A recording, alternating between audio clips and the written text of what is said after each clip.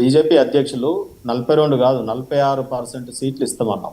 ఉమ్, మేము ఆచరిస్తా ఉంటాం. ఉమ్, ఎందుకంటే కోర్టులు, చట్టాలు, ఈ 60 ఏళ్ళు కాంగ్రెస్, సిపిఎం, సిపిఐ పొత్తులతో జరిగినటువంటి అనేక రకమైనటువంటి ఫ్రంట్లు ఈ దేశంలో ఏ ఒక్క బీసీలకు అనుకూలమైన చట్టాలు తీసుకురాలేదు కాబట్టి కోర్టులు పదే పదే కొట్టేస్తా ఉన్నాయి. ఉమ్, సో ప్రెసిడెంట్ ఎప్పుడు కూడా ఆ లాయర్ల యొక్క ఒపీనియన్ తీసుకొని ముందుకు పోతా ఉంటారు.